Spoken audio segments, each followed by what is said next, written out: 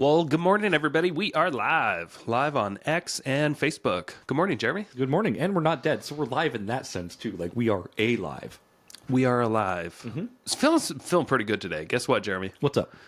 I'm switching things again in my business. Oh, tell me more. Oh my God, it's so embarrassing. It's so embarrassing. Okay, this is the first I'm hearing about it. So I know I'm springing it on you. So I got this brand new shirt in the mail. Got my real brokerage logo figured out. We got everything figured out, and now we're switching brokerages again. Nice. You were at that brokerage for like what, a month and a half? Yeah, yeah. Good time. A month and a half. Okay. We also were. We switched locations twice now. Yep. Work locations. Okay, well let's. We just don't know what we want, Jeremy. Clearly, what you're doing is evidence of people who don't know what they want right now. I know it's sad. We do know what we want. We're narrowing down inch by inch and focusing. I think on the overall vision was let's get rich in real estate. Sure. We're on that track. Yeah. How we do it, we tried new things a lot in the last few months. You really should.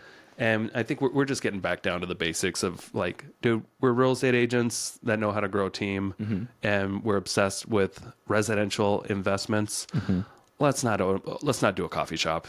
Sure. Let's not do a wine and beer lounge. Let's not do all these things that we are kind of excited about because we're just like, squirrel.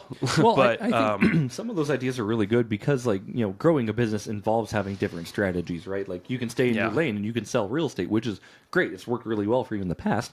But there are things that are like kind of along that line, like especially like, when you started Gender Snap Media and stuff. Yeah. There are things that are like along the path that you kind of pick up and acquire the sense for like, oh, I could do this too. Yeah, exactly. Yeah, it's kind of like a hobby. Just something to do, and it can really, distract you from the golden goose, which what we created is just a real estate sales team. Sure. Yeah. And I feel like we're constantly trying to start something new, but we're tweaking things instead. Sure. Like we're just going to go back to what we know. Okay. Because we had fun. Honestly, we never were miserable with our lives. Right. Or anything like that. But we just don't want to get into a position where we do have huge regrets. Like, gosh, I got to go get more milk today for this, latte stand. Sure. Or whatever. You couldn't hire a person to do that? Oh, I'm sure we could. Yeah. But we know we're pretty hands-on, so we might not be out of it completely. That sounds like something a manager of a coffee shop would do, but I understand where you're at with that. So we're gonna rewind like a month and a half ago. Nick left his previous brokerage to now his current, I guess wherever that is. Yeah. And you don't even know. and then you already signed papers again. We will probably today, okay, or tomorrow, something like that. So it's not a for sure thing yet, but I'm sure it's as close as it gets. I mean, we agreed to it verbally. Yeah. Okay. We had to sell our manager on it pretty hard, Sabra. She was like, "You guys got to be kidding me." She spent so much time, dude, I bet, switching everything to a new brokerage and our listings and all that stuff, and figuring all this stuff out and figuring out new systems. And just run around crazy for the last month and a half. Yeah. A lot of that, I think, was like prepping for our conference, which we're done with now. Sure. There is a lot when you have all these listings and you have to re-input them on MLS and everything like that. Like that's a big chore. So especially if you have sure 12 take care of your Sabra. Yeah. So we had at the time when we switched brokerages, we had 12 listings, and then we had a few other properties that were under contract already. And just making the switch was a lot of administration, right? Kind of a nightmare for administrators, but sure, it's fine. She's alive. We're all alive. Yeah. And this will be a little embarrassing switching yet again. Yeah. But I think we're on the right track. Yeah. I just consider it like, you were in the dating phase with Real, right? So you were just like, oh, let's go on some dates, see if it works out. And not that it didn't work out, but you're just like, oh, I found something that actually hopefully makes more sense. And you'd rather break that pretty quick rather than have it linger and get emotions involved and stuff. Yeah, which we actually, I mean, we liked what we jumped into, but the reality is we jumped into something that was just totally cloud-based. There's no real people that are in our vicinity to work with. And with this new brokerage. Okay, so I'm going to stop you right there. That was one of the reasons you switched. Yes, it was. Okay, because we wanted to get away from the people that we were. Yeah. And I think that's like we had an honest conversation. We wanted to surround ourselves with better people. Sure. And we felt like there was a time there where we were just surrounded by people that we necessarily didn't want to really associate with on a regular basis. Okay. And so we thought, let's go create our own culture. Mm-hmm. And then we were invited to a brand new brokerage by one of our previous brokers at Keller Williams that, it didn't work out with him and the new owner. Yeah. And he went and started his own brokerage. He invited us over, and like, we just vibe with that culture a lot better. Yeah. And we can do what we want to do. With the exception of like a national profit share potential kind of thing. Right. But we can still do what we want to do there and probably even have more flexibility. Because it is a new brokerage and they have better office space. Like that's already ready to go. We don't have to jump into, a 10-year lease and spend $10,000 a month. Yeah. On an office space that we think is adequate for us. Mm-hmm. We can ride somebody else's chain and honestly just, the office space savings alone is going to save us 80%. Cool. On just our occupancy. Mm-hmm. And that'll free, we won't have to work as hard. Right. To try to make up that money. You don't have to worry about filling a building. Yeah. So we can just focus on becoming financially free in real estate. And we know we can do that here locally because we've already done it. Right. We've already done it. We just, so we're actually trying to get away from these shiny object syndromes of, we realize we don't want to be a national influencer for this company we haven't really heard of, but sure. Had a great tech. And then we realized this new brokerage, they have the exact same tech and they're brand new. Okay. I guess there's great software out there in 2024 where you can just jump into. Who would have thought? Who would have thought? Businesses have systems that allow you to have things that just work right away. That's great. I'm glad. Yeah. But it really came down, it wasn't necessarily the brokerages. It came down to what do we really want? Sure. What do we really want? And what is going to be, who do we want to surround ourselves with? Sure.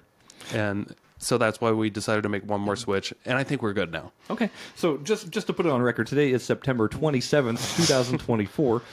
I'm not placing bets, but if we have another podcast at the beginning of November.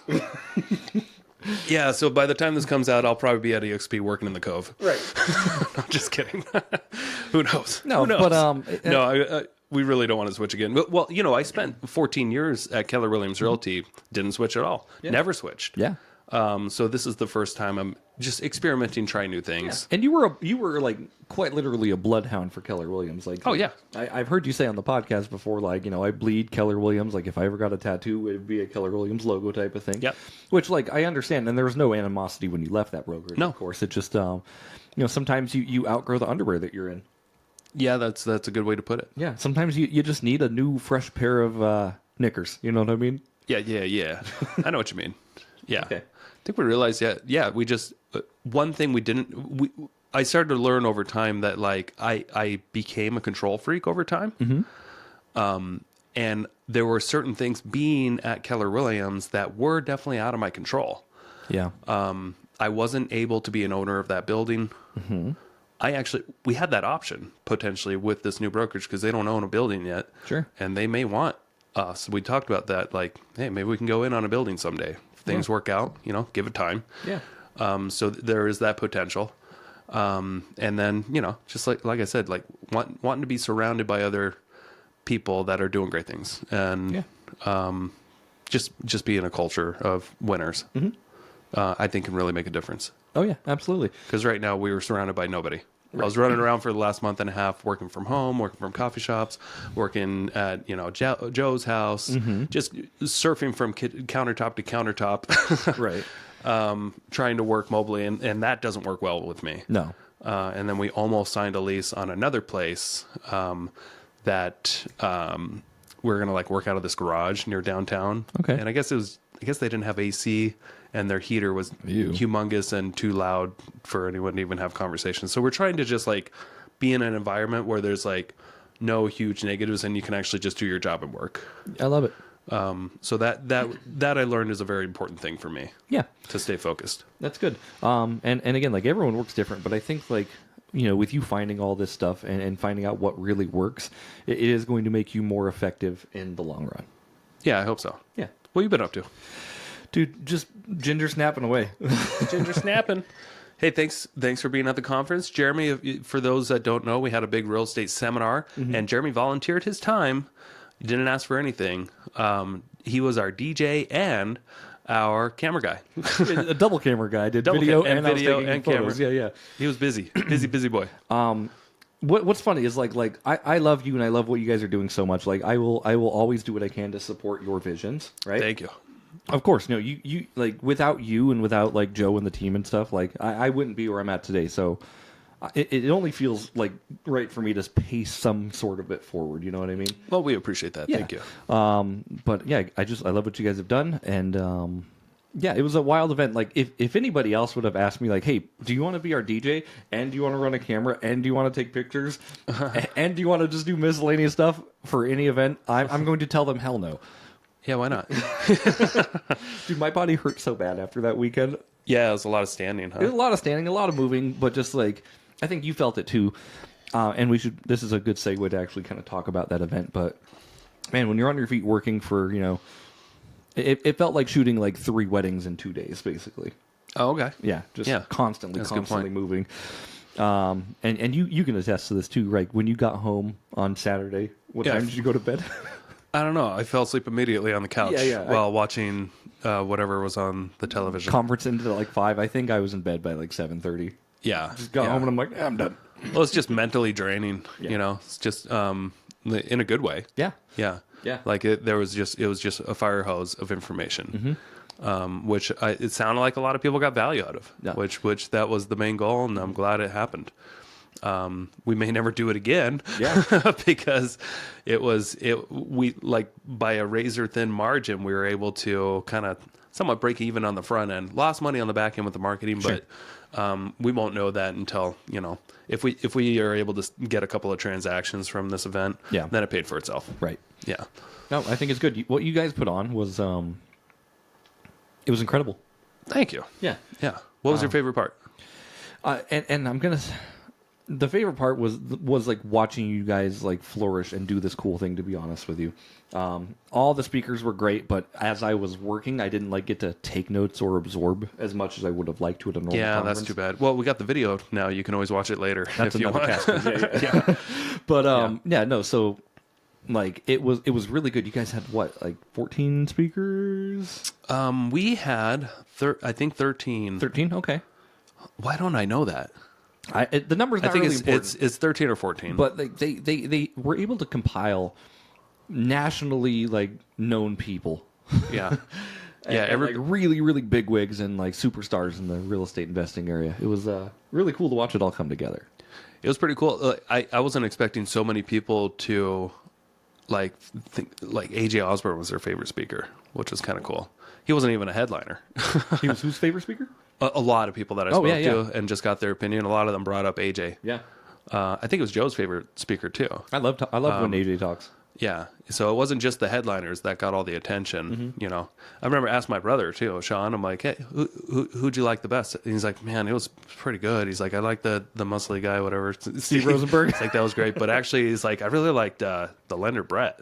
Yeah, Brett's really good. He does. Wow. Like, that's pretty cool because Brett's a local guy. Yeah. He's an investor too, but it was cool. Like, he just sped through 108 slides of everything that you need to know about getting loans and real estate investing, and just made a fun presentation about it in like 25 minutes. What I love, is he made it like, he had a ton of slides, but he moved at a really good pace and he made it super entertaining. Yeah. He had his lenders or his lendees as like Chuck Norris people. Yeah, all the borrowers. Yeah, the borrowers were all different Chuck Norris. Different Chuck Norris characters. It was pretty funny.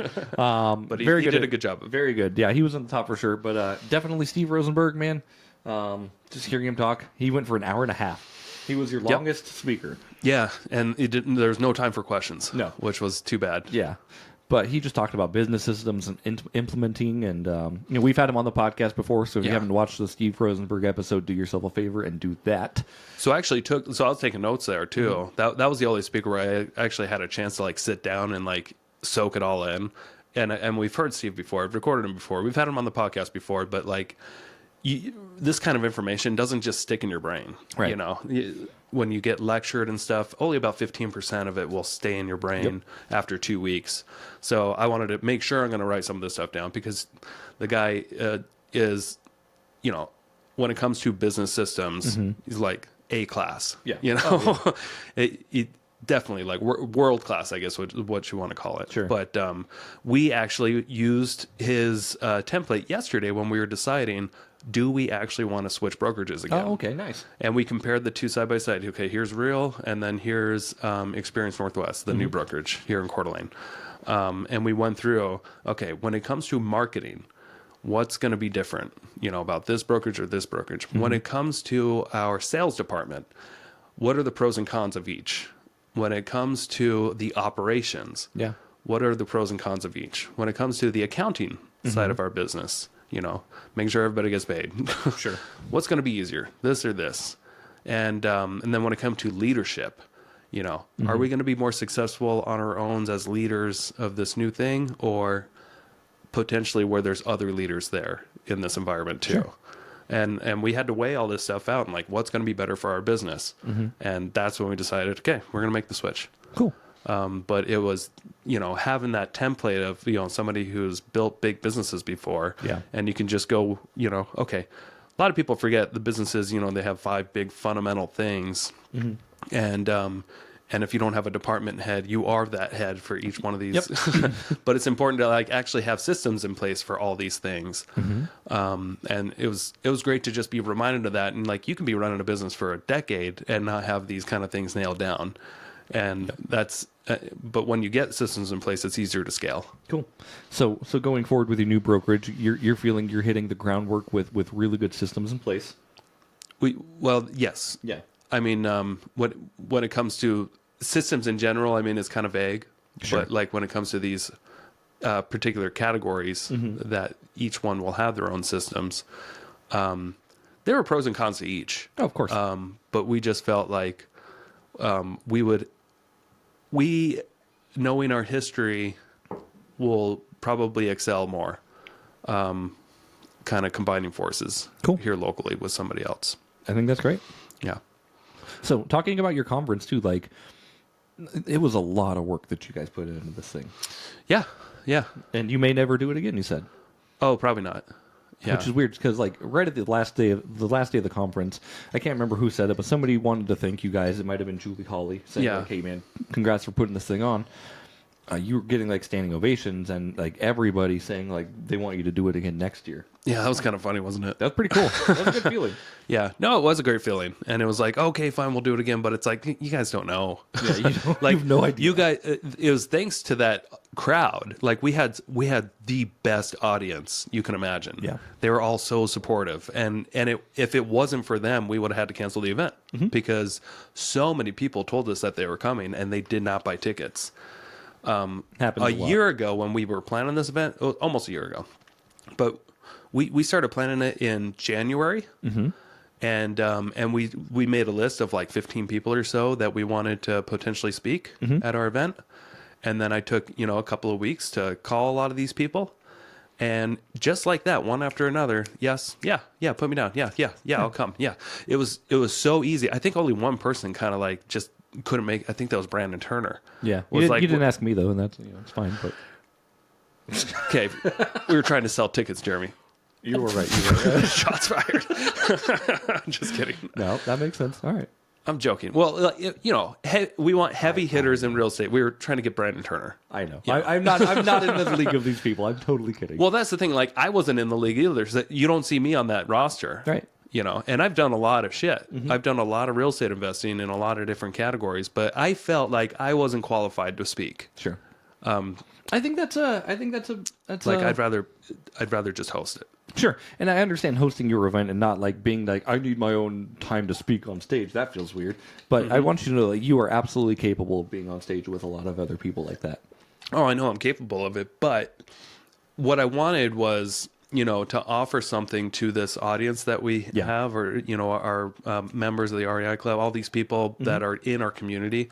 I wanted to offer something that was a little bit unique, and it wasn't just me speaking. Because like, if people want to hear me talk about real estate, they can listen to this for free. Right. They can come to our REI meetups for free. I'm a pretty open book. I've talked about deals I've done. I wanted to bring in speakers that were like top notch. Yeah, of course. That actually had different value to bring, other than just the same old thing that they hear from me for free. Sure. So that's why I decided I don't need to be on this roster. I was there as a backup in case somebody didn't show up, but everyone showed up. That's good. So what I wanted to say was that when we got into this topic, it was so easy to put together the event and put together the guest speakers and to line it up and to use ChatGPT to just build out a schedule like that. Yep. Hey, we got these amount of speakers. We got 2 days between these hours. Can you build an ideal schedule? And like that, ChatGPT had the perfect schedule for us. It actually went off pretty well. It did. It went off pretty well. I wish we had more time between speakers, which we will fix. No, but, and that's. I don't think like you need a lot of time between speakers, because I think you definitely want to. How it was structured out was really good. It was like hit break, hit lunch, hit break, hit done. Yeah. Basically, that was like your formula, right? Yep. So it was actually, again, it was pretty easy to set up. What was not easy was selling tickets. I did not expect that. And the reason I didn't expect that is because I've gone to so many seminars and I know the value of what we were going to bring. Oh, yeah. But we were selling to a lot of people that maybe haven't been to seminars, or maybe they're burnt out, or who knows. But like, when I get presented, for $200 to come to something like this, I'm going. Sure. But that's just my brain. I didn't think that. I just thought, there's easily 150 people like me. Oh, yeah. That will easily just buy a ticket. And when we put this out there were a few people that just, no brainer, they bought tickets. Yep. And then nobody bought tickets for like 2 months. And we were just like, what is going on? Yeah. I think we announced it in February of 2024. And I think we only had, I don't know, like 10 tickets or something like that. I can't remember the number, but we only had like 10 tickets sold until like 30 days before the event. Something like that. I think that was actually pretty accurate. Maybe up to 15, something like that. 10 to 15 people that actually bought tickets. And then 30 days before the event, we're like, shit, we told all these guest speakers we're going to have like 150 people there. Yeah. Should we cancel? Or should we just step on the gas? Because it's not like we weren't marketing. It's not like we weren't sending out emails. It's not like we weren't showing up to every REI event we could and passing out flyers and giving out discount codes and like trying to like get people to come. And there was definitely a lot of interest, but nobody was really buying, which was just not something I really expected. The last 30 days really hustled hard to get people to buy tickets. Yeah. I think we ended up selling like 50 or so. Yeah. And then with the guest speakers, and then with people there were a few people that were helping us out, and that just like, you can just come for free if you can help out in other ways. So I think we ended up having like 60 or so people there. But I don't want to go through that again, and I know Joe doesn't either. Sure. We don't want to have to convince people to come get value like that. Sure. It was hard. And I'm sure that was hard. And I'm sure it was. The thing with this, like, obviously, like, Julie Hawley said it on stage as well, like, it's a labor of love making these events, right? And just looking at her event from like year 1 to year 2, like, she had like pretty substantial growth in year 2. Because it's now an event that people can count on. Right. Does that make it's your consistency? Like, your first real estate phone call wasn't a success.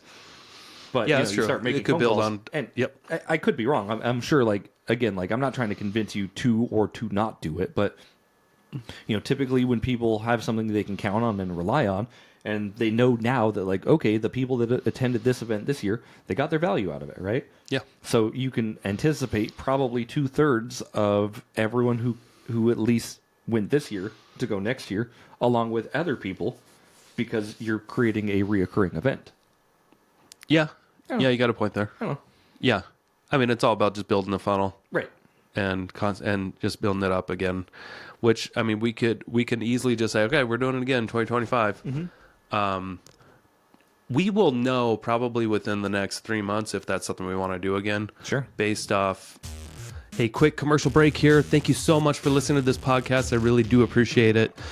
If you want to give back, let me help you buy a house, or I can help you sell a house. It's the only way I make money when I'm not investing in real estate. I don't make money on this podcast or the events I do, but I do make money only when I help people buy and sell houses. So if you're looking for your next investment and you're here in North Idaho, I want to help you personally. If you are not in North Idaho, I can still help you out. I have a vast network of referral partners all across the country, and I can find the right real estate investor savvy agent for you so you don't have to. It doesn't cost you a thing. Thank you for your support. Back to the show.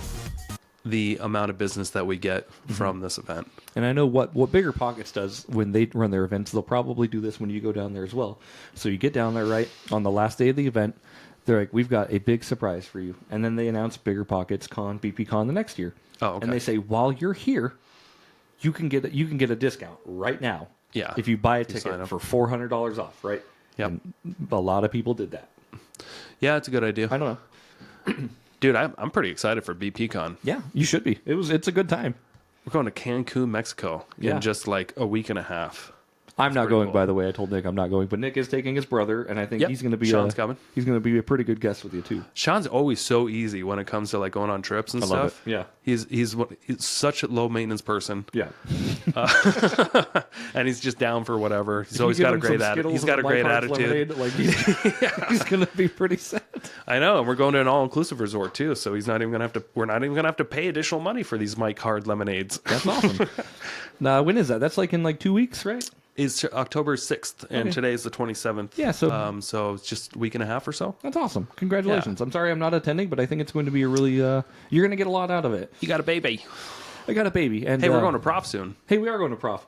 Yeah. I bought you a present. It's not here yet, but I bought you a signed Prof CD. What? I don't even have a CD player, but thank you. It's just a cool thing you could put in the shed. I don't know. Okay. Thank you. Whatever, man. You excited for Prof? I am. Did you forget about Prof? No, it's on my calendar. Okay. It's Monday, right? Yep. People are out there like, who the heck is Prof? I got 2 concerts this weekend, so I'm going all over the place. What's your other concert? I'm going to Imagine Dragons. Oh. Is that what your daughter was sleeping to every night forever? No, that was Hootie and the Blowfish. But, that's right. So I took Ari to Imagine Dragons when she was like 11 or 12, and it's actually Kyson, my nephew's favorite band. Oh, cool. He has no idea that we're going to it. But he was just like, spoiler alert, what if he's listening to this on Facebook Live? Kyson, I'm going to pick him up today and tell him anyways. Oh, okay. Well, He's surprise. Like, I already know. Yeah. No, he's one of the 2 people listening. I don't think we have 2, but if we do, thank you so much. Yeah, we don't have 2 is pretty optimistic, honestly. We usually get 1 person listening on Twitter. Yeah, that's it. Nice. I appreciate it. And then, we'll have to check the actual stats on the Facebook page. It's probably none. We should switch your Twitter into an Investor Shed podcast Twitter. Or just keep it that, and then if you don't post any other content other than this, you don't be like, here's an investing quip that I talk about. And again, you haven't grown this account, so we don't need to. You don't need to. It's fine. It just goes into the X-averse and Facebookiverse. So, nope, that's this weekend. But we have a deal hopefully closing and getting funded today. Yeah, our PR deal. Yeah, this is like I'm not even kidding. This is one of my favorite deals I've ever done with you. Yeah, get used to it, bro. Okay. Strap in. Okay. We got our Roth IRA monies too.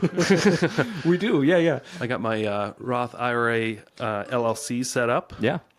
Oh, hopefully that didn't ruin. Nope, everything's fine. I got it. I forgot to put my phone on Do Not Disturb mode. So did I, but I haven't gotten a call, so we're good. Okay. We're recording with my phone. Yeah. But I don't think it disrupted anything. Okay. Yeah. So now we got we talked about this deal a little bit in the past, but it took us about a month and a half to clear out a property, spray paint it. It didn't take that long. It took like a week. Oh yeah, but I mean with closing, I guess. So like a month and a half total hold time.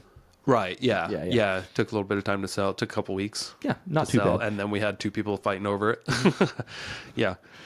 And I think we've talked about this, but for those that haven't heard, was able to get a great deal from a wholesaler on just a huge fixer-upper, a house up in Priest River. Got it for $65,000, and the reason that we got it for that cheap is because we agreed to buy it without seeing it, and we had to make a decision that night because the sellers... Which we said we'd never do again, but here we are. But we knew like what was the worst case scenario. We had to tear it down. We knew what the land was worth. Yep. and we were getting clear title. So we used our lines of credit. Yep. I believe for that one.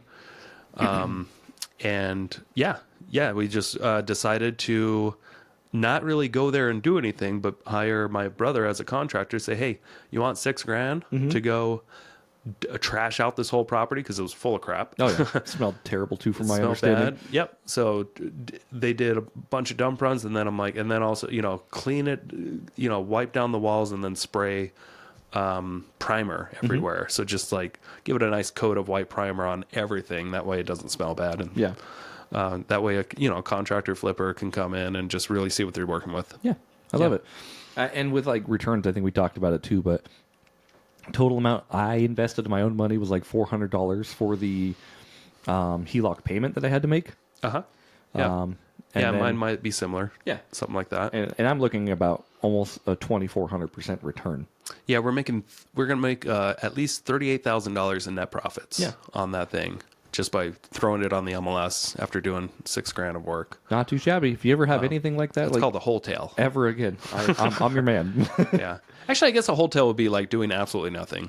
But it's close enough to nothing. Yeah, doing a trash out isn't the worst thing, guys. No, like I felt like we probably would have got less than $100,000 if we didn't do a trash out. Sure, maybe. Yeah, it could have been close. Yeah, I think it was worth every penny. I think we paid your brother what, $6,000? $6,000. Yeah, and then he provided all the materials for the for the primer. That's right. So we didn't have to buy any primer, and he provided the dump truck, all the runs, all the fees if he had any. So we're just paying the utility bills, which are pretty low. About $100 a month with power, water, sewer, all that stuff. Great flip. Should close today. And the nice thing about that, if the buyer that I'm working with him directly, and he's a builder, and he's going to make a lot of money on this too, because he knows how to fix that foundation. Yep. Said he can do it himself. We brokered I brokered the hard money loan to him. Forgot to charge him a fee. Yeah, we didn't. We'll talk about that. So did some work for free on accident. I quoted in the wrong points, but not a big deal. So got him the hard money, and then he agreed to sign a pre-listing agreement with me if he does decide to go fix it and flip it. He'll pay me a commission to be his listing agent. That's awesome. But I also put in there, hey, if you decide to keep this as a rental, you don't owe me anything. Right. So that was a nice little term, and he might actually keep it as a rental now. Yeah. So we'll see. Cool little house and a really actually great location. Yep. Yeah. And he's only gonna spend $70,000 on that. Yeah. So he's gonna be all in like at $200,000. Nice. On a property that should be worth at least $350,000, $400,000, somewhere in there. Heck yeah. Not bad. Not so too shabby. everybody wins. Yeah. Except for those sellers. They got screwed. They made their money. Yeah. The wholesalers made money too, which is great. Yeah. What are you gonna do with your proceeds? I don't know. Just roll it into the next thing. Just pay down. I used my HELOC on that one, so I'm going to pay down some of the HELOC. Oh, you used your business line of credit, right? Yeah. I've got another flip going on, so I'll probably just pay down some. I'm on that other flip that I'm doing in Coeur d'Alene. I've been using credit cards and the Lowe's account, so I'll probably just use the proceeds to pay that down. So I'm just kind of trying to minimize interest on another project, just instead of taking the cash and going on vacation or something like that. Sure. I like to just roll the funds. So anytime I get big paydays and just pay off debts. Yep. And Dude, I hear you. that's what I like to do. Because I see that as, because it is, you're saving money on interest. Yep. So you're almost making money. Yeah. Because if I just take that money and try to make more money with it, I also am still going to pay the interest on these projects. Right. So am I going to make more money than that? I don't know. But it's always, I like to try to make money without money. And then on my flips, I use pretty heavily leveraged, so I'd like to pay those down. And that's just what works for me. Yeah. That's my plan. Cool. Just pay down more debts. There's nothing wrong with that. There's literally nothing wrong with that. Good debts. Yeah. Yeah. I think that's kind of what I'm going to do too. So my payday, it's like 15,000. I can't remember what it is out of that, but I'm going to pay my last year's tax bill. Ooh, how cool. Yeah, because being a first year in business, I learned a lot of things. Yeah, you got spanked? I got royally spanked. Yeah? Did you tell him like, hey, actually, don't pay me, don't charge me taxes? Yeah, I tried. Okay. I like said, to say hey, that. you know those taxes? Like, I've got all these write-offs. And this is before, like, when you start business and you don't really know, you just figure things out. Yeah. Like, a tax deduction is not a 1-to-1 ratio for what you'll get back on your taxes. No, it's not. Did you know that? Yeah. No, yeah, and I misunderstood that for like 10 years. I did until this year. Okay. I yeah, so I thought- figured it out maybe 8 years ago or so. I've kind of figured out, I'm like, oh, it's not a 1-for-1. Right. It's money that you wouldn't, it's income that would have been taxed, so it's more like 20% or so. Depending on your tax bracket. Yeah, right, depending on your tax bracket, But everything's a little different. In my head, so last year was the first year that I, ran Ginger Snap myself as a single member LLC. And I thought I had it all figured out. I'm like, dude, I've got like, $9,000 in at least mileage taxes that I've done because I drove a shitload. Yeah. And I'm like, I think I'm going to almost break even here. Like, my tax bill should be about 10. I have about 9. But you're just reducing your income. Right. Those, you're still taxed a percentage on your income. Right. But so that might have been like a $2,100 actual credit, but it wasn't a $9,000 like direct rollover. yeah. Anyway, you live and learn, right? So like this year, I'm all set up on an S corp, so taxes are already taken care of, which is nice. And I'm not going to be like completely screwed with a huge ass tax bill. Yeah. So here's how I know, that I barely ever have to pay taxes. Mm-hmm. I just live in my business. Basically, I have a business checking account, and I'm a real estate investor. I'm a real estate professional because I'm also an agent. Mm-hmm. And almost I would say 9 out of 10 times I swipe my card, it's a business expense, and it's my business card. Sure. And once in a while, I do swipe the green card. My green card is my debit card that's tied to my personal account, and I know I'm not getting discounts on my grocery. I'm not. Sure. There's certain things, but it's probably 1/10 of my expenses are actual personal expenses. Sure. And then with my depreciation, it kind of wipes away that too. Sure. So I end up, last few years, I haven't had to pay anything because I spent all my money. Yeah. You also get the... I don't really save much. I do. I have other ways of saving money. Sure. But I'm constantly rolling and reinvesting. Right. And you get the luxury of being a real estate professional as well. Right. Yeah. So I do, and I've given bad tax advice in the past. Right. Right. I'm not saying this not realizing that not everybody's a real estate professional. I'm not. I learned that. So I don't. So I have the ability to, take other active income and wipe it out with passive losses. Yep. Yeah, no one else can do that. It's typically active with active, right? So you can wipe out active income with active losses. I can. Yeah, but you're a real estate professional, so you can do active with passive, is what I'm saying. Yeah, so my losses, like on my rental properties and stuff like that, can reduce my tax liability on the commission income I make as a real estate agent. Yeah.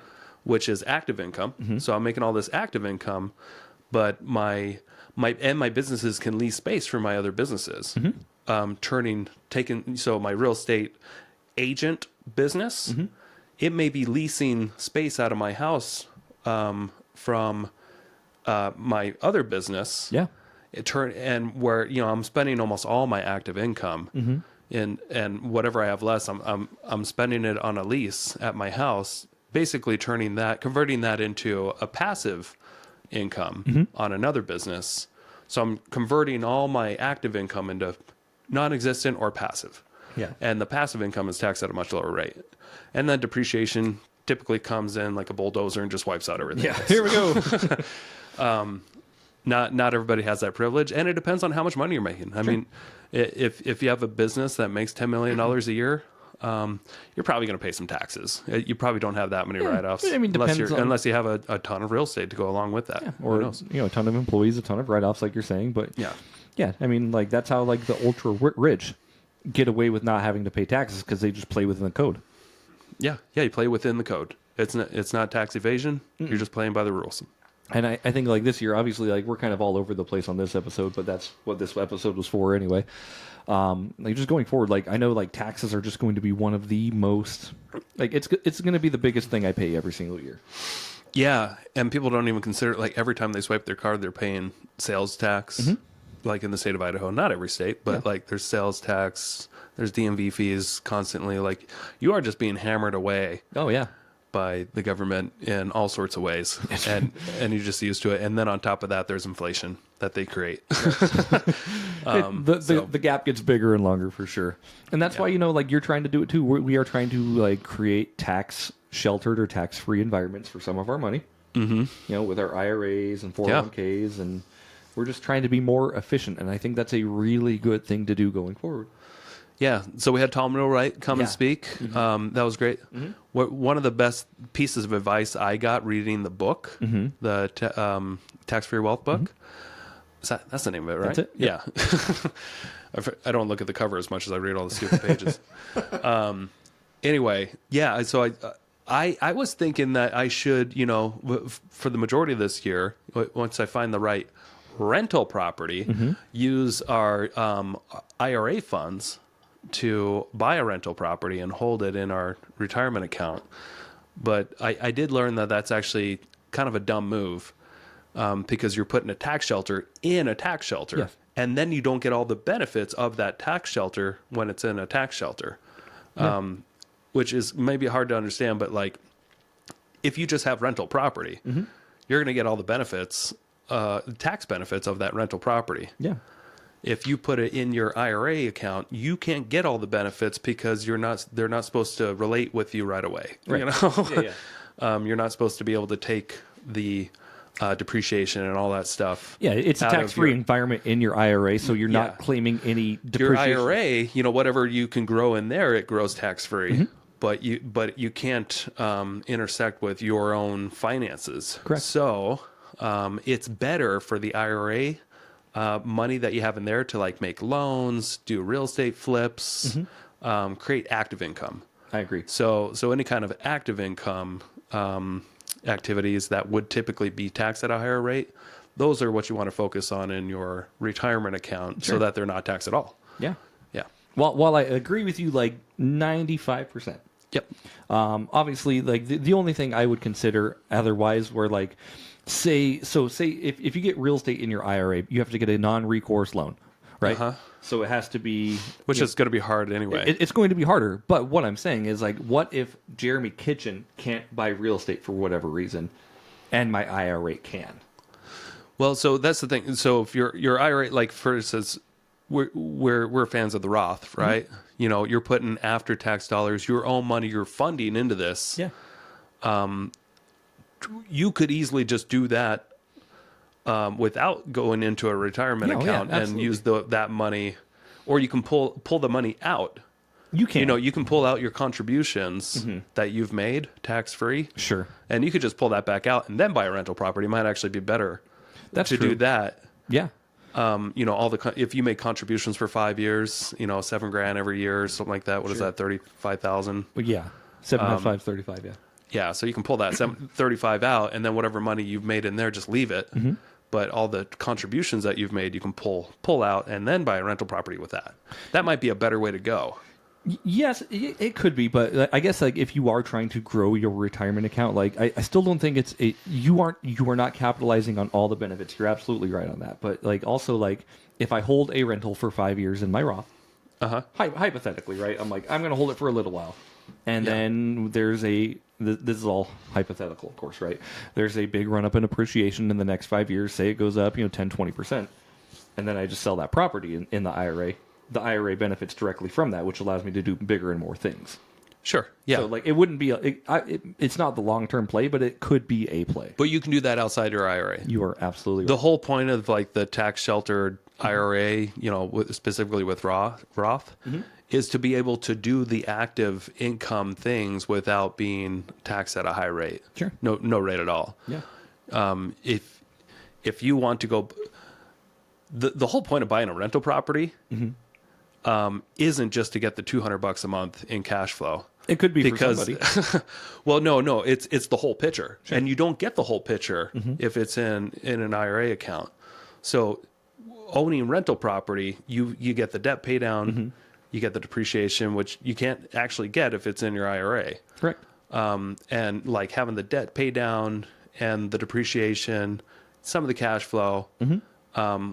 All those things combined is what will help make you wealthy over time, not just the cash flow. I agree with you. Yeah. I really do. And again, like I think it just like I'm picturing a world where like for some reason my debt to income's completely fucked. I can't get a rental Yeah. for whatever reason. Sam and I cannot get a rental together. Well, there's other loan options out there. Didn't you listen to Brett's thing? Didn't you listen? Bank statement. No, I was busy. There's bank statement loans. There's DSCR loans. That you know, those are more asset based. Sure. And again, this is like the plan with our IRAs. Like I'm not debating you. The plan is to do like private notes and private strategies like that, where I can make bigger money in littler time. And recycle that money, right? So like do a loan for a year, 6 months, whatever. Boom, get it back, do it again, and just start doing that kind of stuff. But it's nice to have that option, is all I'm saying. Okay. Like in the event, like I'm 10 years from now, I'm looking at my IRA, I'm like, oh shit, I've got 250 grand.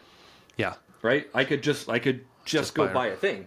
And you can. Yeah. There's nothing against that. I just learned that it's actually not a good idea. And that was eye-opening for me because nobody had ever said that before, as far as I know, to like, you really shouldn't actually be buying rental property with your retirement account because it defeats the purpose of the tax shelter. We should get Matt Sorensen back like, on here. Oh, yeah, that makes sense. But Matt does, you know, they do promote a lot, like, you know, doing hard money loans and stuff from your retirement account is a great idea. You know, wholesaling, flipping, those kind of things are taxed at a higher rate. So I'm all in on that stuff. Oh, for sure. So that's my goal. Yeah. If y'all need $7,000 out there, let me know. I've got $7,000 available. If anyone needs $7,000 for a wholesale or whatever, fuck, I don't know. Earnest money. You can do earnest money deposits out of it, and in January I'll be able to put another $7,000 in. Yeah. Yeah. What's cool is so like this year I've been trying to get myself set up for next year so I can slingshot even faster. Yeah.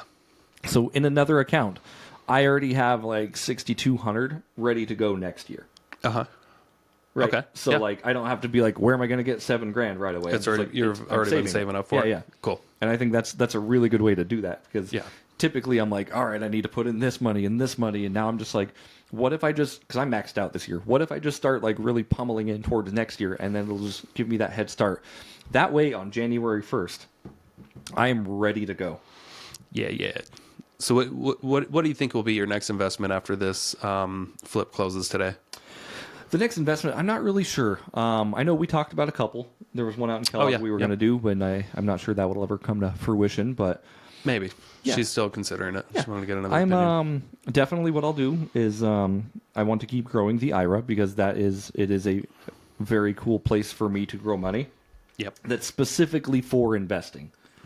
Right. So I know this money in this account is like, okay, I'm going to do deals with this money, which is cool. Obviously, yes, like you said, you can take out that money, but I want this thing to just grow, and I want it to almost be self-sustainable very quickly. Okay. The best way to do that, just pummel my contributions in and lend it out at good rates. And then I'll have my HELOC back, so I'll be looking at another thing there. Just, I don't know. I like to look at the deals when they come. Okay. Cool. What about you? Yeah, so I mean, I already have. I'm going to try to not buy a flip or anything again right away until I get that other flip in Coeur d'Alene done. Nice. So I'm just going to focus. I'll just pay off the debts for now, and I'll definitely look at other opportunities, but more for my investor clients. Sure. And once I'm pretty sure we'll be finished with our flip in like 5 weeks or so. Nice. Might take another month or so to sell. So towards the end of the year, I'll probably start looking at another flip opportunity. Yeah. But I really do want to try to take it one at a time. Yeah, that's good. Yeah. And I think like I said, with the proceeds of this flip, like pay my tax bill, even though I've been saving for my tax bill, like I still have extra money in an account, but like it's nice to know that I have padding everywhere. And what I'm trying to do is just really set myself up for better success. Yeah. And not so much as like a panic in this. Like I've got cash that I can do things with. I'm not sitting on just cash. Obviously, a lot sitting in my high yield, and I've got money over here, stocks and stuff like that. But yeah, just trying to have everything set up where it makes sense to I can just fire when ready. Yeah.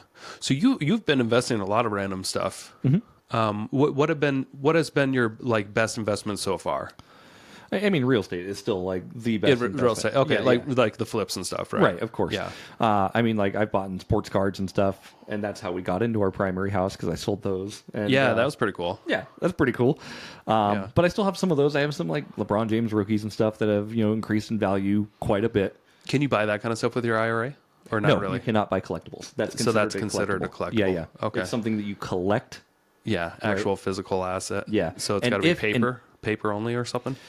Yeah. So basically, you can do the only things you can't do with your IRA is you can't do life insurance, collectibles, and S Corp stock. Okay. That's it. S Corp stock. Yeah. Got it. So you can buy like stock in an LLC company, Okay. but you just can't buy stock in somebody who's physically working. And that's what my IRA actually just did. Mm-hmm. You know, it bought an LLC Mm-hmm.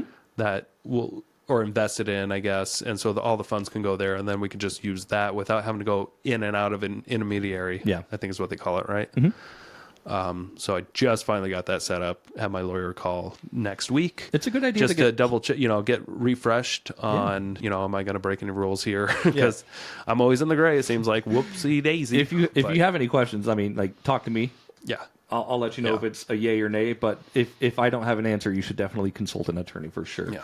I'm pretty like this is a baby account for me, and I really want to treat it well. Yeah. So I'm trying to do nothing illegal that will get my account completely like banned. Mm-hmm. Yeah. Trying to just do good business that makes sense. That I'm not breaking any rules. I checked all my things here, and that's what's nice about having the intermediary. I'm like, all right, here's this. Yep. And they're like, cool, this looks good. Here you go. Yeah. I do love the idea of brokering hard money with it. Yeah. Because it's only $7,000, but it can just be a part of it. So if somebody came to me with a great deal and they wanted to get a loan, like it can be a small part of it, and I can still help them broker the loan. Yeah. So I think that's what I'd like to do with it next. Yeah. I mean, if you ever need help with that, I would love to help with that. Okay. You want in on another loan? Oh yeah. Okay. We could even have both of our IRAs joint venture together. Like if I got an IRA LLC, you've got your IRA LLC, we can joint venture, or we can create a multi-member IRA LLC where we both just dump money into an account that we use for that. Like Moist Homes. Like Moist Homes. Exactly. Okay. That's something that we could do. Right on. I like the idea. And we got another property out there that we did something like that. Yeah. That's actually where I use my IRA. Yeah, that one should be going on the market soon. Cool. I'll keep you posted on that one. So I guess we have more deals going in the mix than we realize. Yeah. Should really keep a spreadsheet. That one's a cool deal. Yeah. I only put $13K in the deal, but I'm going to make $2K. And if they sell it in 6 months after I sold it, that's pretty good returns. 30% return. Yeah. Yeah. Not too shabby. Not too shabby. And then again, like once I get it back, I'm just going to try to fire it into something else as quick as possible that makes sense. Can't get that with Delta Airlines. You cannot get that with Delta Airlines. Not this week. Are you talking about the stock? Yeah. What's Delta at? Oh, I don't know. I did buy Delta right at COVID, okay, when it went down like crazy, and it probably made 30%, but I think I only invested a couple $100. Sure, something stupid. Isn't it weird, to play like with investing mindset over the time, where like anytime there's some sort of a catastrophe or something that, it's actually, I mean, it's kind of weird, but like jump into the market a little bit and look at like what just crashed, and try to think like, this is going to come back, right? Okay, let's throw some money in this. I love when I look at my stock account and it's like down. It's like down 20%. I'm like, ooh. Yeah, it's a weird feeling because most people will panic and they'll sell, right? Yeah. But I know, like, I'm like, this money, it's made to sit here. Like, I don't need this. I don't want it. This money is made to sit. So when it goes down, I'm like, okay, what went down? Why? Yep. Should I buy more? Yeah, that's what I do with Tesla, usually. Yep. I think it's at a high again. Yeah. Because I auto buy it every Monday now instead of Fridays. Okay. Try to be a cheapo. Yeah. All right, I think we should wrap it up. Thank you guys. Yeah. Thank you so much for listening. Yeah, thank you so much. And again, if you've enjoyed this episode, please leave us a review on Apple Podcasts or Spotify. Nice little 5 stars. That's what we like. Comment on our YouTube. We've got a couple people commenting on our YouTube channel saying that they like the stuff. Thank you to the 3 people who comment. Yeah, thanks. Yeah. When's Dave going to get on this podcast? Oh, Dave, we're calling you out right now. I asked him if he wanted to, and he said no. He doesn't like us. He said no? He doesn't Dave like us. doesn't like us. Oh. Dang it. No, but he's probably not listening this far anyway. Yeah, I don't know. He could be one of the people He doesn't comment on our pages anymore. Did you notice? Because we don't comment back and we're bad hosts. I do the heart. Okay. Dave, should I do more than the heart? They want conversations with us. But yeah, we'll be back next week. We go live there's new episodes every Thursday on the YouTube, and then we go live whenever we freaking feel like it. So yeah. All right, guys. Peace out. Thank you so much for checking out the Investor Shed podcast. If you enjoyed your time, make sure to leave a 5-star rating and review on Apple Podcasts and Spotify. Follow along on YouTube, TikTok, and Instagram at The Investor Shed for shorts and promos about each episode. Do you want to be a guest or know someone who has great real estate investing advice and stories? Reach out to us at theinvestorshed@gmail.com.